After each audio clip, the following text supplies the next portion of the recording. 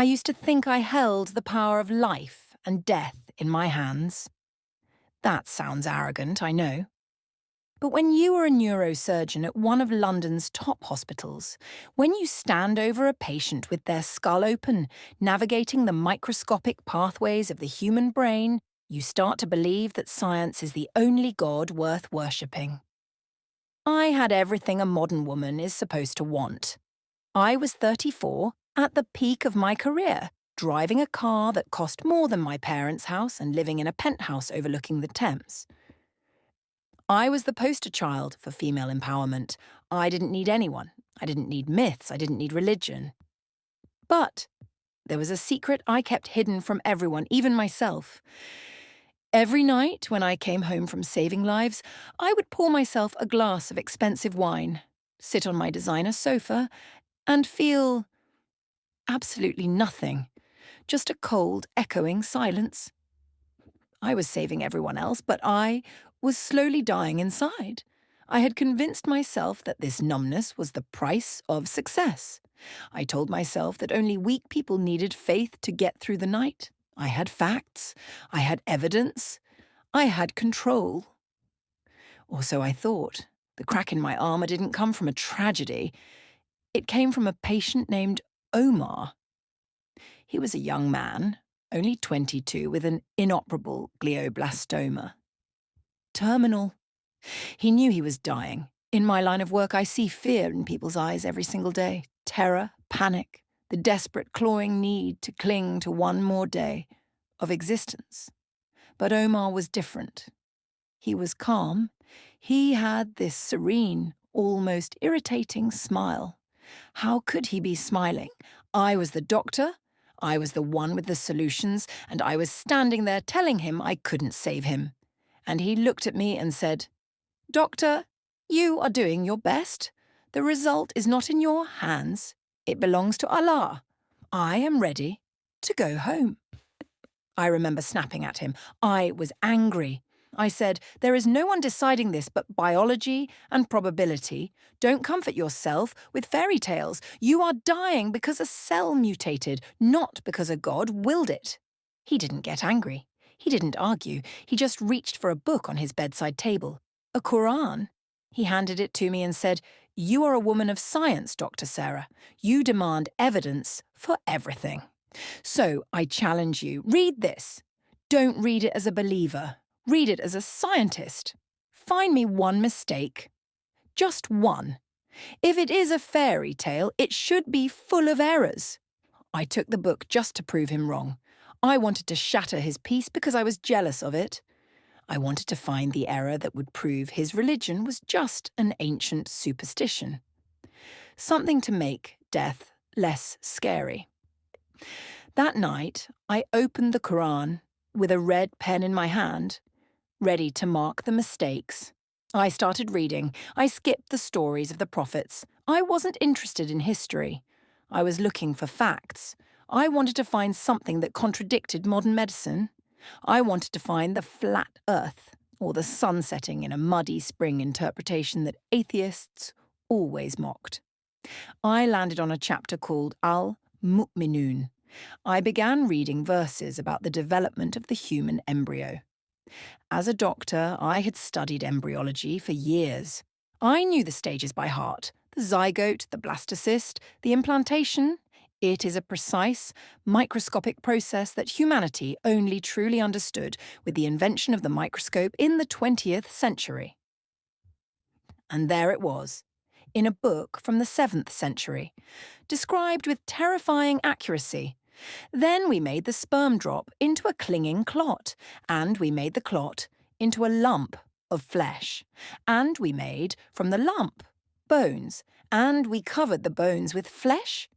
My hand started shaking. I put the red pen down. I reread the Arabic translation. The word used was alaqa. It means a clinging substance or a leech. I ran to my bookshelf and pulled out my embryology textbook. I opened it to the chapter on the 3rd week of development. I looked at the diagram of the embryo at that stage. It looked exactly like a leech. It even feeds on the mother's blood, just like a leech. How could a man in the desert 1,400 years ago know what an embryo looks like at a stage when it is invisible to the naked eye? I tried to rationalize it. Maybe he was a doctor.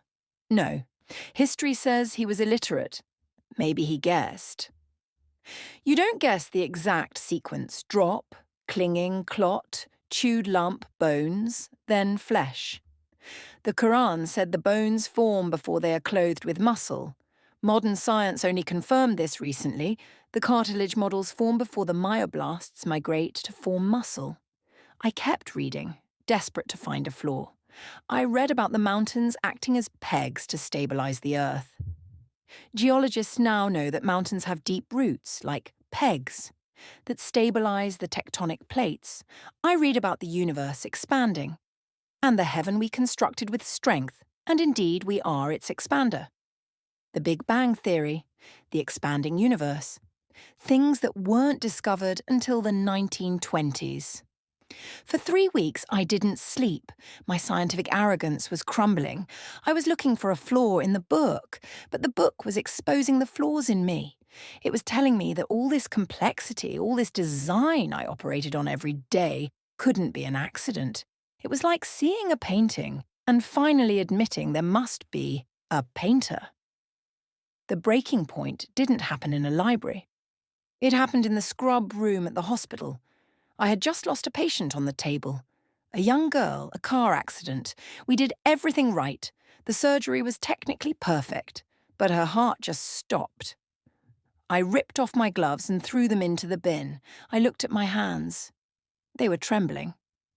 For the first time, I admitted the truth I had been running from. I am not in control. I am just a mechanic. I am just a tool.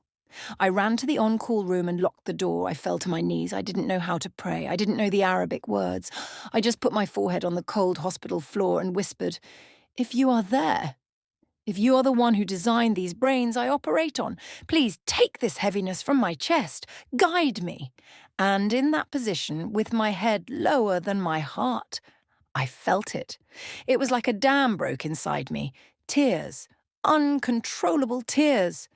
But with every tear, the pressure in my chest released. For the first time in my life, I wasn't the strong, independent doctor who had to carry the world on her shoulders. I was a servant, and in that submission, I found the only true freedom I had ever known. Converting was the easy part. Living it was the war. I took my Shahada alone in my apartment, but then came the hijab. For a woman in the West, especially in a high-powered career like mine, your appearance is your currency. We are told we are free, but we are slaves to fashion, to anti-aging creams, to the male gaze.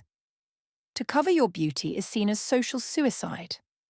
I remember standing in front of my mirror, holding a simple beige scarf. The voice in my head screamed, "They will think you are oppressed. They will think you've been brainwashed by a man. Your patients won't trust you. You are throwing your career away." But then I looked at my eyes in the mirror. For years I had dressed to be looked at. Now I wanted to be looked through. I wanted people to deal with my mind, my intellect, my soul, not my body. I wrapped the scarf around my head. I looked in the mirror. I didn't see a suppressed woman. I saw a queen. I saw someone who had taken her power back. I saw Sarah, finally. Walking into the hospital the next day was the hardest thing I have ever done. The silence when I walked into the break room was deafening. The stares, the whispers. Is that Dr. Sarah? Did she get married to an Arab? Has she gone crazy? A senior consultant, a man I had respected for years, pulled me aside. He looked at my scarf with disgust and said, "Sarah, you are a woman of science. Why are you wearing that symbol of oppression? You are letting the side down." I looked him in the eye and said, "Dr. Stevens, for 30 years, I spent hours every morning painting my face and fixing my hair so that men like you would respect me. That was oppression? This is me deciding that my body is not for public consumption. This is freedom." He didn't know what to say. But the hardest battle wasn't at work. It was at home. I went to visit my parents for Sunday dinner. My father is an academic, a staunch atheist who wrote books mocking religion. My mother is a radical feminist activist. They were the ones who taught me that God was a crutch for the weak. When I walked in, the silence in the living room was heavy enough to crush me. My mother didn't even say hello. She just stared at my head,